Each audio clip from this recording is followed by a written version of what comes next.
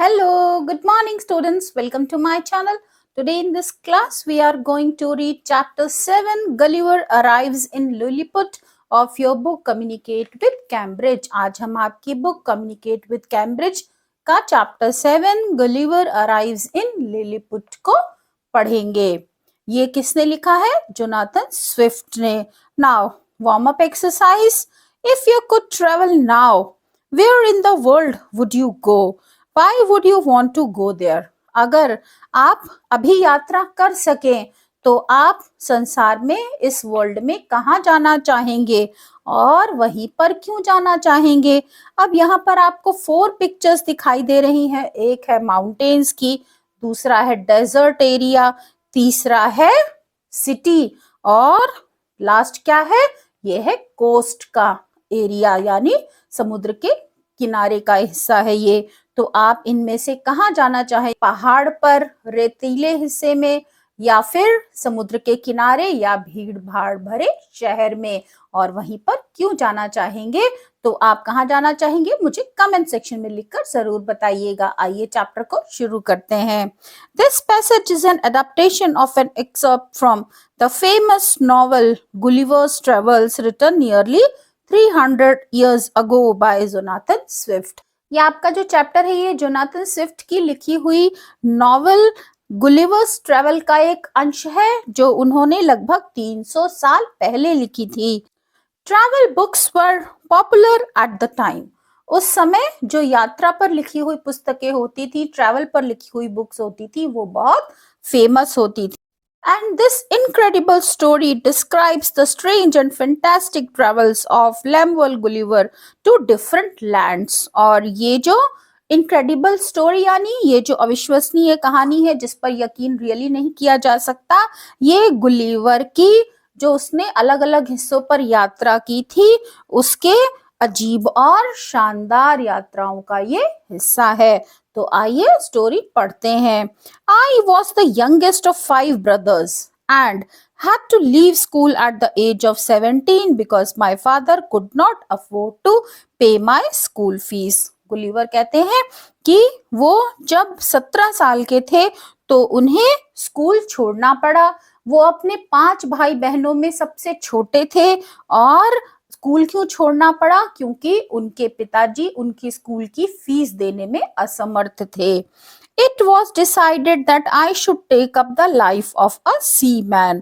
और पढ़ाई छोड़ने के बाद फैमिली में ये डिसाइड किया गया कि वो सीमैन की लाइफ गुजारेंगे यानी वो समुद्र सागर में यात्रा करेंगे, एक नाविक बनेंगे. And so it was that I went abroad the Antelope which was sailing out to the South Seas. और इसीलिए वो बाहर विदेश में चले गए. कहाँ चले गए? एंटीलोप. एंटीलोप क्या है? उस शिप का नाम था जो साउथ सीज में, दक्षिणी सागर में ट्रेवल करने वाला था. The ship set sail from Bristol in May 1700. और ये जो शिप था ये मई 1700 में ब्रिस्टल से रवाना हुआ था. ब्रिस्टल से इसकी जर्नी स्टार्ट हुई थी. During the beginning of the journey we enjoyed good weather. जब उनकी जर्नी शुरू हुई तो शुरू में उन्होंने अच्छे मौसम का मजा लिया. But on our way to the East Indies we were caught up in a great storm and choppy seas. लेकिन जब उनकी यात्रा ईस्ट इंडीज की तरफ वो बढ़ने लगे तो वो तूफान में फंस गए. और जो समुद्र की लहरें थी वो कैसे थी? चॉपी सीज यानी जब समुद्र में तूफान आता है तो उसकी लहरें काफी जोर जोर से उथल पुथल करती हैं, ऊंची ऊंची लहरें उठती हैं. तो चॉपी सीज यानी उथल पुथल लहरों वाले समुद्र में उनका जहाज फंस गया, जोर से तूफान आया. Manning the ship with it moving up and down was hard work. और इस बीच में तेज हवाओं के साथ शिप को मैनेज करना बहुत मुश्किल था क्योंकि जो शिप था वो मूविंग अप एंड डाउन यानी जहाज बहुत ही ज्यादा ऊपर और नीचे हो रहा था लहरों के साथ.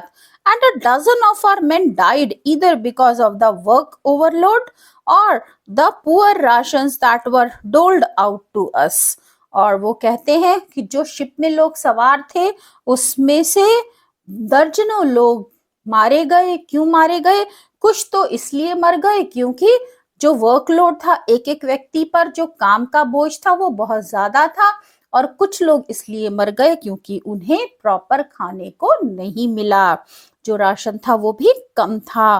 Blown of course buy strong winds, और तेज हवाओं के कारण जो रास्ता था वो भटक गए थे।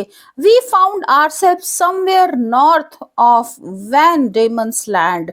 भटकने के कारण जब उन्होंने अपने शिप को किनारे पाया तो वो कौन सा हिस्सा, तो वो वैन डेमन्स का नॉर्थ यानी उत्तरी हिस्सा था।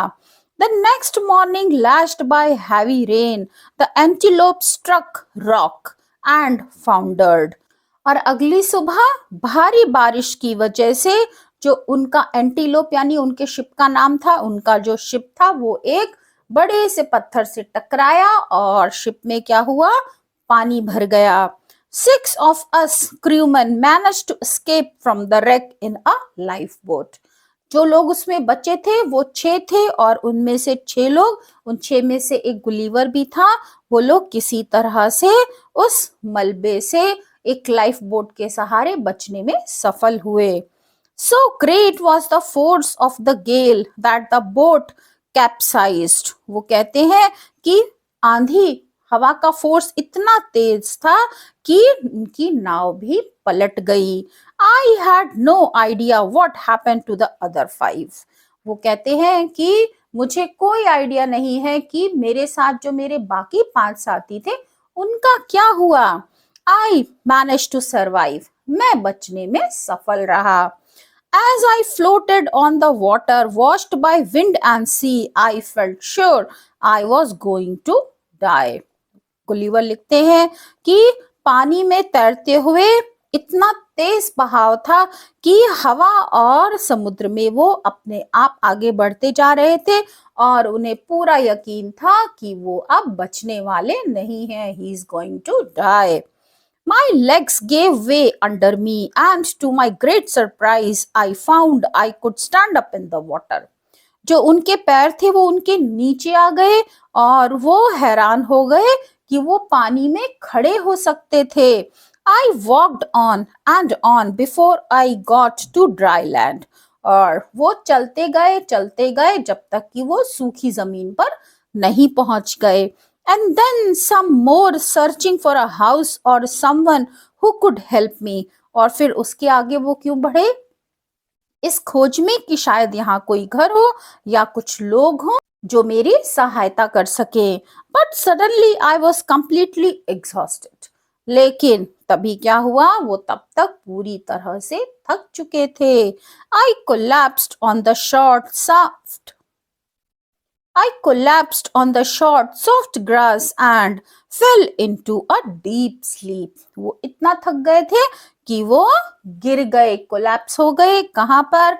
मुलायम घास में जो छोटी छोटी थी साइज में, और गिरते ही वो गहरी नींद में सो गए। It was daylight when I woke up. दिन की रोशनी हो गई थी, वो कहते हैं, जब मैं उठा। And I found I could not move. और जब उनकी नींद खुली तो उन्होंने पाया कि वो हिल नहीं सकते थे। Lying on my back. पीठ के बल वो लेटे हुए थे। I discovered that my arms and legs were tied down to the ground with strings. और उठने के बाद, आंख खुलने के बाद गुलिवर ने क्या पाया कि उनकी बाहें और उनके पैर जमीन पर तार से बंधे हुए थे। My long hair was held down in the same way. और जैसे उनको बांधा गया था उसी तरह से उनके लंबे बालों को भी जमीन से तार की सहायता से बांध दिया गया था। And thousands of strings crossed my body and held me to the ground. I could not move. और हजारों तार उनके शरीर को दोनों तरफ से जकड़े हुए थे। वो जमीन पर लेटा हुआ था और वो हिल भी नहीं पा रहा था। All I could do lying on my back was to look up to the sky. इतनी जोर से गुलिवर को बांधा गया था कि वो क्या कर सकता था, केवल आसमान की तरफ वो देख सकते थे, वो अपना सिर भी इधर उधर नहीं हिला सकते थे। The warm bright sunlight began to hurt my eyes. और जब सूर्य की तेज रोशनी उनकी आंखों में चुभने लगी and at the same time I could hear noises around me.